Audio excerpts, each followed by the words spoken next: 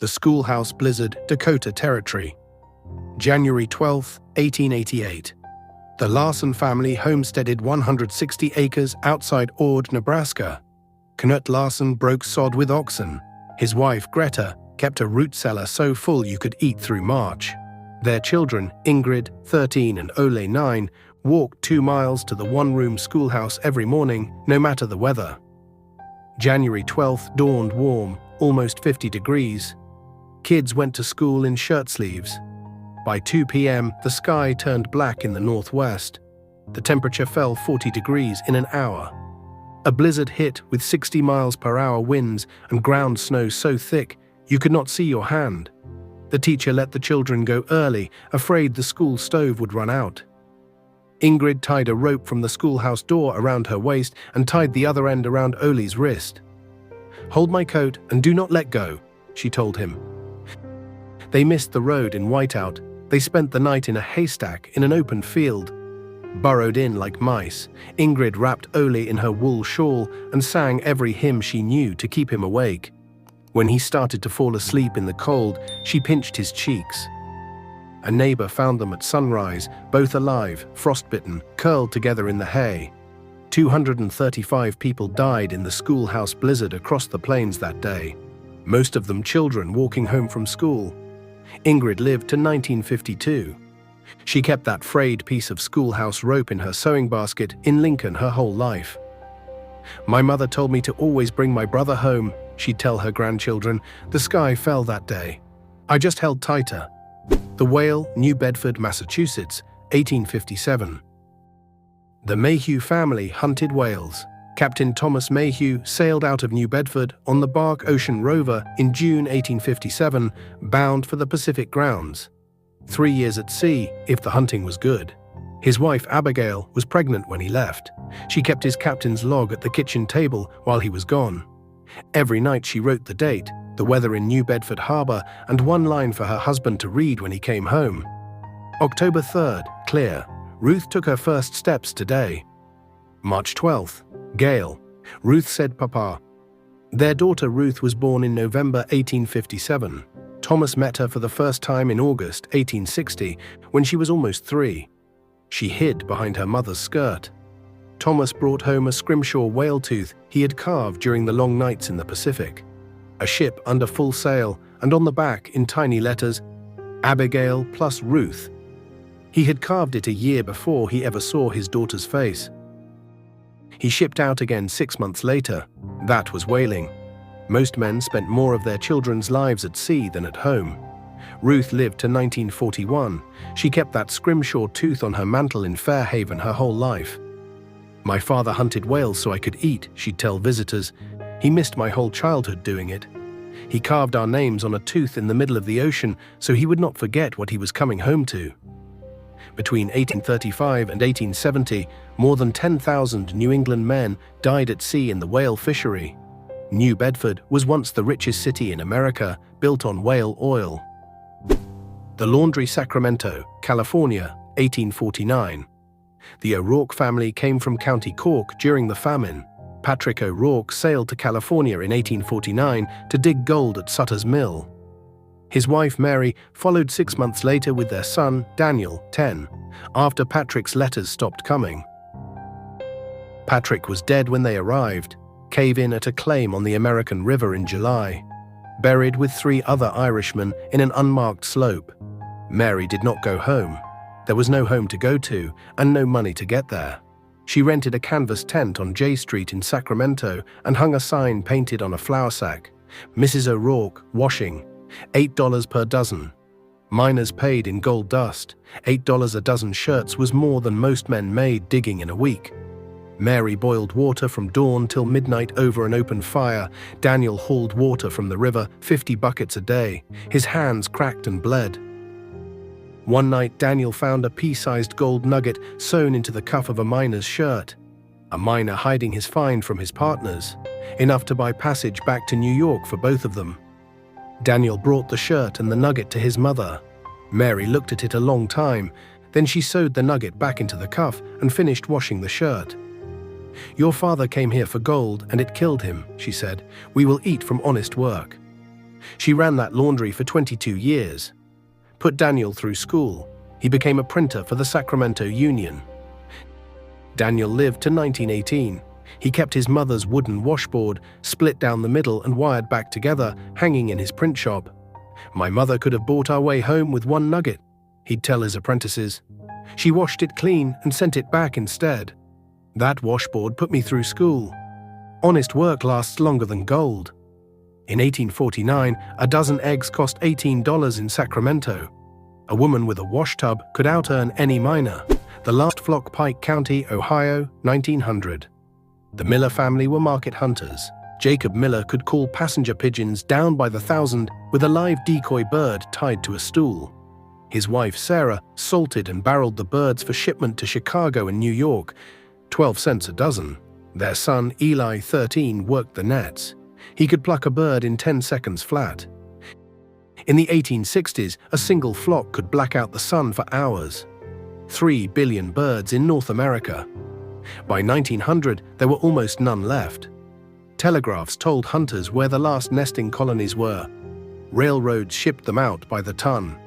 On March 24, 1900, Eli found a small flock in the beech woods near their cabin. Maybe 30 birds, the last he had seen in 2 years. Jacob raised his double barrel. Eli put his hand on his father's arm. "Pa, if we take these, that's it. There won't be any more. Ever." Jacob lowered the gun.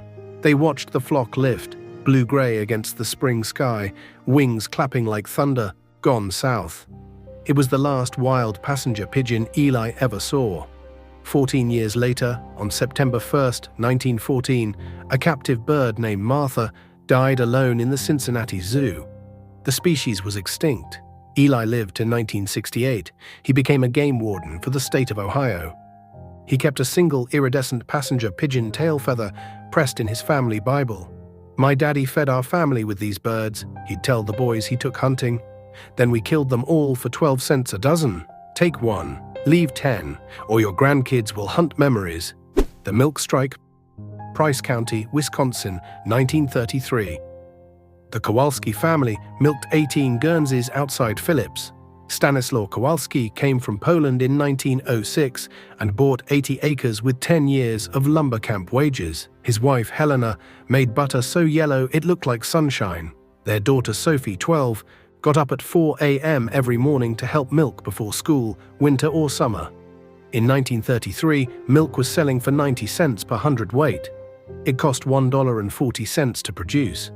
The banks were taking farms every week in the county. In May, the farmers organized a milk strike, blocked the roads, dumped the milk, forced the price up. Stanislaw sat at the kitchen table with a full 10-gallon can, unsold. Sophie had not had new shoes in 2 years. Helena poured the milk into the hog trough while Sophie watched. 40 gallons that week. The hogs would not even drink it all. Some ran into the ditch, white in the dirt. A neighbor crossed the picket line to sell. Another farmer burned his barn that night. No one talked about who. In August, the state guard came with bayonets to get the milk trucks through. Sophie stood on the porch holding her empty milk pail, watching soldiers point rifles at her father for trying to get a fair price for food. The strike broke in November. Prices crawled up to $1.15 by spring. Sophie lived to 2001. She kept that dented milk pail hanging in her kitchen in Warsaw her whole life. "My mother dumped milk while I went to school hungry," she'd tell her grandchildren, "so the men in the city could have cheap milk and we could go broke making it. I never poured a drop down the sink after that. Not once in 70 years." The 1933 Wisconsin milk strikes led directly to federal milk price supports, still in place today. The light split. Rock, Lake Superior, Minnesota, 1913. The Anderson family kept the light at Split Rock. John Anderson was the head keeper. His wife Margaret wound the clockwork that turned the Fresnel lens every 2 hours all night in winter. Their daughter Ruth, 14, logged every ship that passed in a big leather book. Name, time, weather. She knew every whistle. On November 7, 1913, the White Hurricane hit the Great Lakes. 3 days of 90 miles per hour winds and 35-foot waves. The worst storm in Great Lakes history. The lens at Split Rock turned all night, cutting through snow so thick you could not see the cliff edge. Margaret and Ruth took turns winding it while John tried to keep the oil from freezing. Out on the lake, 19 ships went down, 248 sailors died. But not one ship wrecked on Split Rock's cliffs that night. The light held. Ruth logged every hour in that book, her handwriting shaking from cold. Last entry, November 10th, 4 a.m. Wind and W still terrible, light burning bright, God keep them. Ruth lived to 1982. She kept that logbook on her parlor table in Two Harbors. When kids asked about the storm, she'd open it to November 1913. My mother wound that light with hands cracked open from cold, she'd say. So strangers she would never meet could find the shore. That is what a family is for. Split Rock Lighthouse never lost a single ship to its rocks while it was manned. The Widow's Walk, Gloucester, Massachusetts, 1893. The Silver family came from the Azores to fish cod off George Bank. Manuel Silver captained the schooner Grace May. His wife, Rosa, mended nets on the wharf and kept a candle in the window every night he was out. Their daughter Isabel, 10, could splice rope faster than most deckhands. She kept a logbook of every trip her father made. Date out, date back, barrels of fish. On February 14, 1893, the Grace May did not come back, nor did 9 other Gloucester schooners. A nor'easter took them all in one night. 78 men lost. The newspapers called it the Great Gloucester Gale. Rosa stood on the Widow's Walk every evening for 3 weeks, watching the empty harbor. Isabel stood with her. The fishing company paid nothing, no insurance. Rosa took in washing from the other widows. Isabel quit school at 12 to work in the net loft. Isabel lived to 1968. She never married a fisherman. She became the first woman to keep the books at the Gloucester Fish Auction. Every February 14th, she would walk down to the Fisherman's Memorial and lay a piece of spliced rope at the base. For my father, she'd say, he fed a city that forgot his name when the sea took him. That memorial in Gloucester now has over 5,300 names carved in stone. Most were immigrants, most were fathers. The Last Deer, Appalachia, Kentucky, 1908. The McCoy family had hunted the Cumberland Ridges for 5 generations. Silas McCoy could track a whitetail through Laurel by the bend in the grass. His wife, Ruth, smoked venison, so it kept all winter. Their son, Caleb, 13, got his first rifle at 10. He could dress a deer clean and thank it the old way. By 1908, the timber companies had bought the ridges, clear-cut them bare. Then the state passed game laws. No hunting out of season, no hunting without a license, $5 for the license. The McCoys made $40 a year. A game warden rode up in November. This land is posted now. Blue Ridge Lumber. You shoot a deer here, that's poaching. Silas looked at the empty smokehouse, at Caleb growing fast and always hungry. My granddaddy hunted here before Kentucky was a state, he said. That winter was hard. The company store took scrip only. Ruth boiled bark tea when the corn ran out. In February, Caleb found fresh tracks in the snow. One old buck, limping. He followed it for 3 hours, raised his rifle, then lowered it. Let him make more, he whispered. He came home empty-handed. Ruth hugged him anyway. The McCoys left the holler in the spring, moved to Cincinnati to work in a shoe factory. Caleb never hunted again. Caleb lived to 1972. He kept his father's old powder horn on his workbench in Ohio, empty. When his grandsons asked about Kentucky, he'd tap it and say, "We didn't stop hunting because the deer ran out. We stopped because the woods got a fence and a price tag." Remember that when someone tells you hunger has rules. Farm family, the Locust Summer, Nebraska, 1874. The Olson family came from Norway to homestead in Custer County. Lars Olson filed his 160 acres under the Homestead Act in 1872. His wife, Ingrid, built their sod house herself while pregnant. Their daughter, Anna, 9, could read the sky for rain before the men could. They broke 40 acres by hand. In June 1874, the wheat stood waist-high, green and perfect. Ingrid had already promised Anna a new dress from the sale. On July 25th, the sun went dark. Not clouds, grasshoppers, Rocky Mountain locusts, billions of them, a living snowstorm that roared like a train. They ate everything in 6 hours: the wheat, the garden, the laundry off the line, the tool handles, the bark off the young trees. They got in Anna's hair. When they lifted, the fields were black stubble, like they had never been planted. Lars walked to town for relief flour. There was none. Ingrid boiled prairie grass and made locust bread with ground-up grasshoppers baked in. Anna ate it without crying. They stayed. Most neighbors left. In the spring, Ingrid found one wheat stalk alive against the sod house wall, sheltered from the wind. She saved every grain from its head, planted them by hand the next year. Anna lived to 1958. She kept a little glass jar on her kitchen windowsill in Omaha with 3 dried grasshoppers in it. "My mother fed me these," she'd tell her grandchildren, "so I could grow up and feed you. Don't waste bread." The locust swarms of 1873 to 1877 starved thousands of Plains homesteaders. The Rocky Mountain locust went extinct by 1902. Ludlow, Colorado, 1914. The Petros family came from Greece to work the coal at Ludlow.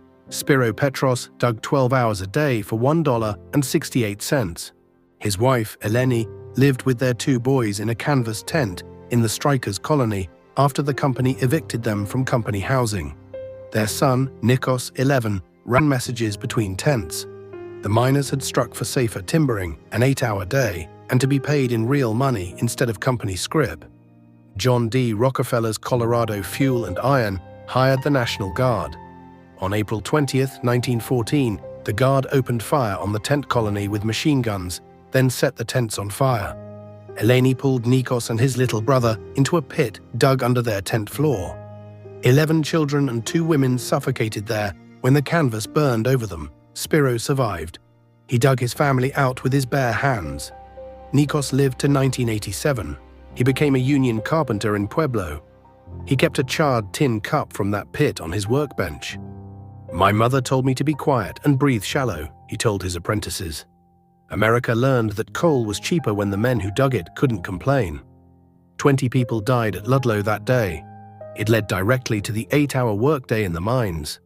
Lac Sunday, Cimarron County, Oklahoma, 1935. The Hayes family farmed wheat outside Boise City. Frank Hayes had plowed 160 acres. His wife, Ruth, canned peaches every summer. Their daughter, May, 10, kept a diary. She wrote about dust. By 1935, the topsoil was gone. No rain for 4 years. Rabbits died in the fields. On April 14th, Black Sunday, a wall of black dust 1,000 feet high rolled in at 60 miles per hour. Noon turned to midnight. May tied a wet flour sack over her face and read to her little brother under the table while the house filled with dirt. They left in June, piled the truck high. California or bust, like 2.5 million other Plains refugees. They made it to Bakersfield, picked peaches for 15 cents an hour. May kept writing. May lived to 2005. She kept that dust-caked diary in a kitchen drawer. On the first page, April 14th, 1935, it says, "The sky fell today. Mama says God didn't leave Oklahoma. The dirt just got tired." She taught school to migrant kids for 40 years. Evening reflections, a quiet night by the campfire. As dusk settled over the landscape, the O'Duncan family gathered around a small campfire beside their caravan. The soft glow of the flames illuminated their faces, creating a peaceful scene after a day spent traveling and exploring new places. Mrs. O'Duncan sat comfortably with a warm cup of tea in her hands, while Mr. O'Duncan relaxed nearby, enjoying a quiet moment of rest. Behind them, their caravan stood against the fading light of the evening sky, serving as both a home and a dependable shelter wherever their travels took them. The photograph captures a side of caravan life that often went unnoticed, the simple moments of stillness that followed long days on the road. While travel brought constant movement and new experiences, it also offered opportunities to pause, reflect, and enjoy the company of loved ones. The campfire creates a natural gathering place, encouraging conversation, relaxation, and shared memories. Even without a permanent home, Families like the O'Duncans maintained familiar routines that brought comfort and stability to everyday life. The evening setting emphasizes the balance between adventure and tranquility. Each day presented new destinations and discoveries, while each night provided a chance to rest and reconnect. These regular rhythms helped create a sense of continuity despite the ever-changing surroundings. More than a record of travel, the photograph highlights the personal side of life on the road. It shows how meaningful experiences were often found not only in the journey itself, but also in the quiet moments shared with family and friends. Through companionship, reflection, and a connection to the outdoors, travelers found a sense of purpose and contentment wherever they went. The image stands as a reminder that the value of a journey is often measured not by the miles traveled, but by the moments of peace, connection, and memory created along the way. Community of travelers, a gathering on the road. By 1950, the O'Duncan family had become part of a growing network of people who embraced a mobile lifestyle. At markets, fairs, and community gatherings, caravans from many different regions came together, creating temporary neighborhoods filled with activity and social connection. In this photograph, the family's caravan is parked among numerous others, forming a lively gathering place for travelers. People move between stalls and vehicles, browsing goods, exchanging information, and enjoying conversations with friends and newcomers alike. The atmosphere reflects both commerce and community. The O'Duncans can be seen interacting with fellow travelers and vendors, demonstrating the relationships that often developed among people who spent much of their lives on the road. These gatherings provided opportunities to share experiences, exchange practical advice, and maintain social ties despite frequent travel. The image highlights an important aspect of caravan life. Mobility did not mean isolation. Travelers often formed strong networks and communities that extended across regions. Markets and fairs served as meeting places where people could reconnect, trade goods, and strengthen relationships built over many years. Visible in the distance is the outline of an urban skyline, illustrating the connection between traveling communities and the towns and cities they visited. Although their lifestyles differed, mobile and settled populations regularly interacted through trade, employment, and social events. More broadly, the photograph reflects the emergence of a distinct caravan culture during the post-war era. For many families, travel offered not only freedom and opportunity, but also a sense of belonging to a wider community. Through shared experiences and lasting friendships, travelers created social networks that endured despite the constant movement of life on the road. The image serves as a reminder that community is not defined solely by permanent residence. Even among people who traveled from place to place, strong bonds, traditions, and a shared sense of identity could flourish. The moment of displacement, a family faces an uncertain future. In 1931, Maria Elena Vargas stood outside her small home in California's Imperial Valley with her two young sons by her side. At that moment, officials arrived to review documents and determine who could remain in the community during a period of widespread deportation and repatriation efforts. The photograph captures a tense and emotional encounter. Maria holds her children close, her posture reflecting both concern and determination as she faces an uncertain future. Her focus is clearly on protecting her family while navigating a situation largely beyond her control. The officials, carrying paperwork and representing government authority, stand in sharp contrast to the vulnerable family before them. Their presence symbolizes the policies and administrative decisions that affected thousands of families during this era, often leaving individuals uncertain about their rights, status, and future. Stretching beyond the scene is the open landscape of the Imperial Valley, a region where many agricultural workers lived and labored under difficult conditions. The setting underscores the challenges faced by families who depended on seasonal work and had limited access to legal, financial, or political support. More broadly, the image reflects a period in American history when many Mexican and Mexican-American families experienced displacement, separation, and uncertainty. Communities that had spent years building homes and livelihoods suddenly found themselves confronting decisions that could alter their futures. The photograph serves as a powerful reminder of the human impact of government policies and economic hardship, it captures a moment when a mother faced extraordinary challenges while trying to provide security and stability for her children. Through her courage and determination, the image tells a larger story about resilience, family bonds, and the struggle to preserve hope during difficult times. Education by firelight, a mother's dedication to learning. After long days of hard work, Maria Elena Vargas spent her evenings helping her two sons learn to read. With limited resources available, she used old newspapers she had saved, turning simple printed pages into valuable learning tools. This photograph captures a quiet moment of instruction. Seated near a small fire, Maria guides her children through words and sentences, patiently sharing knowledge despite the challenges her family faced. The warm glow of the fire lights their faces, highlighting the concentration of the boys and the care with which their mother teaches them. The room itself is modest, containing only a few basic possessions. Yet through Maria's determination, it becomes a place of learning and opportunity.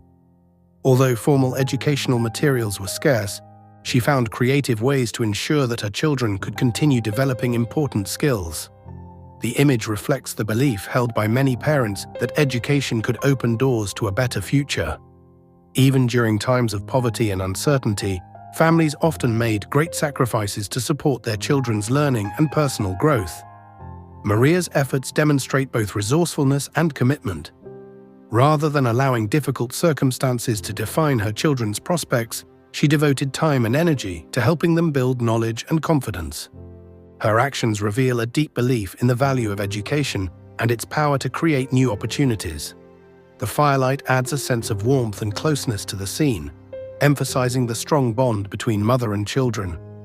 More than a lesson in reading, this moment represents hope, perseverance, and the enduring influence of a parent who believed in her children's potential despite the obstacles surrounding them. Passing down knowledge, teaching the next generation. In 1940, Maria Elena Vargas worked side by side with her two sons, teaching them the skills needed to help operate the family's tamale business. Beyond showing them how to prepare and sell food, she was sharing important lessons about responsibility, perseverance, and pride in their work.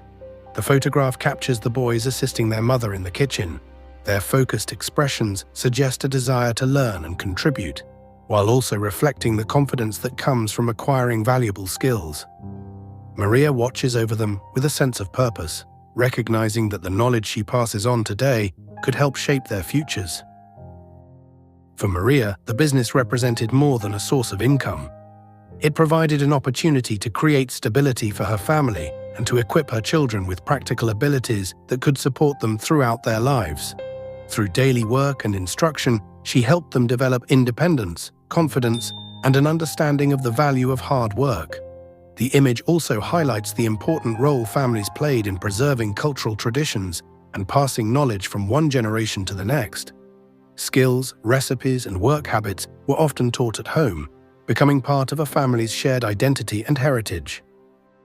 The kitchen in the background suggests a business that had become an established part of family life. It served not only as a workplace, but also as a learning environment where children could gain experience and prepare for future opportunities. More broadly, the photograph reflects how parents invested in their children's futures despite economic challenges. Through dedication, teaching, and example, Maria helped ensure that her sons would inherit both practical skills and a strong sense of self-worth. The image stands as a testament to the enduring connection between family, cultural heritage, and economic opportunity. A gentle wind swept across the open landscape as a mother sat with her children in quiet reflection. Resources were scarce, and the future offered few guarantees, but she cradled her infant with care and reassurance. The weariness on her face revealed the hardships she had endured, yet her determination remained evident. Despite the uncertainty surrounding her family, she continued to provide comfort, stability, and strength for those who depended on her. In a world filled with challenges, her devotion to her children served as a powerful source of hope. While many things remained uncertain, the love she shared with her family offered a sense of security and the belief that better days could still lie ahead. By 1934, nearly everyone passing through Dry Creek, Missouri, was headed somewhere else. Some were leaving failed farms. Others were chasing rumors of jobs. Most carried everything they owned in the back of a truck. Few had enough food. 63-year-old widow Clara Benson noticed the same thing every morning. Families stopped beside her property to rest before continuing west. Children climbed from overloaded vehicles looking exhausted. Mothers stretched the last pieces of bread. Fathers pretended not to be hungry. Clara had little herself. Her husband had died years earlier. The depression had reduced her income to almost nothing, but she still had a garden and she still had a stove. One morning she placed a small wooden table beside the road and hung a handwritten sign. Hot soup, 5 cents. The first traveler paid, the second couldn't. Clara served him anyway. Soon she stopped keeping track. Some people paid, some offered vegetables. Others left firewood. Many had nothing at all. Nobody was turned away. Each morning she filled a large iron pot with whatever ingredients she could find. Beans, potatoes, carrots, corn, whatever the season allowed. The smell drifted down the road and became known among migrants traveling west. Before long, families planned their journeys around Clara's roadside kitchen. A bowl of soup wasn't much, but during the hardest years of the Depression, it could mean another day of strength.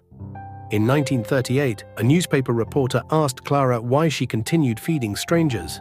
She looked at the line of hungry travelers waiting near her table and replied, "Because somebody would do the same for my children." Nobody knows exactly how many people she fed. The town estimated thousands.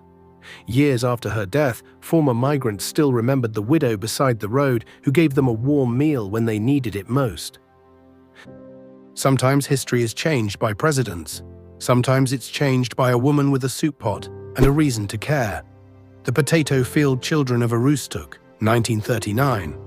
September 1939, Aroostook County, Maine. Potato harvest. The whole county stopped for 3 weeks. Schools closed. Everyone picked. The Giroux family had 14 kids, ages 4 to 18. They didn't own land.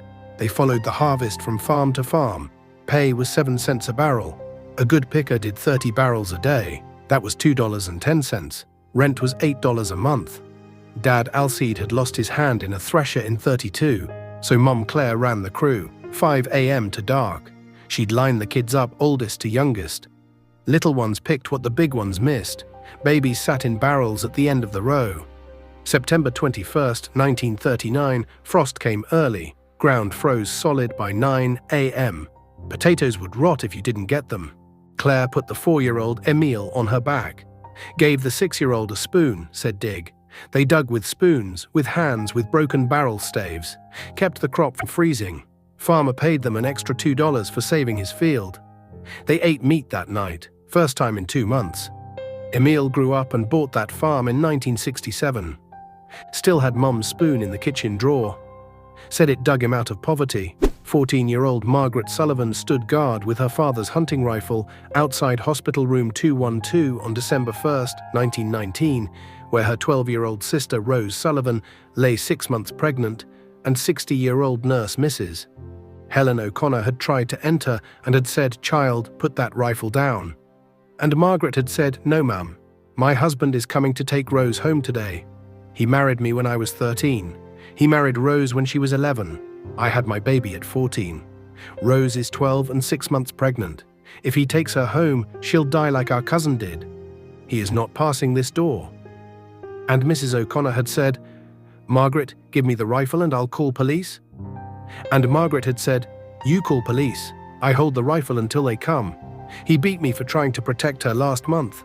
I won't fail today."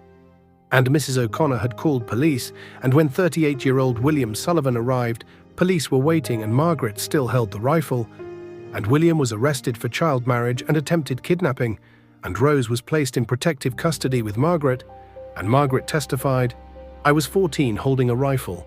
My sister was 12 and pregnant in that room. I told the nurse, he's not passing. I was ready to shoot him before I let him take her." A 14-year-old with a rifle held a door against a 38-year-old man. The rifle was empty. My courage wasn't. Margaret lived until 2011, dying at age 98. Before her death, she reflected, I was 14 holding my father's rifle outside my 12-year-old sister's hospital room. She was 6 months pregnant. Our husband was coming to take her. I told the nurse, he's not passing. The rifle had no bullets. He didn't know that. Police came. He was arrested. Sisters protect sisters. That day, I protected mine with an empty gun and full rage. The rifle was empty. My will wasn't. She lived. That's all that matters.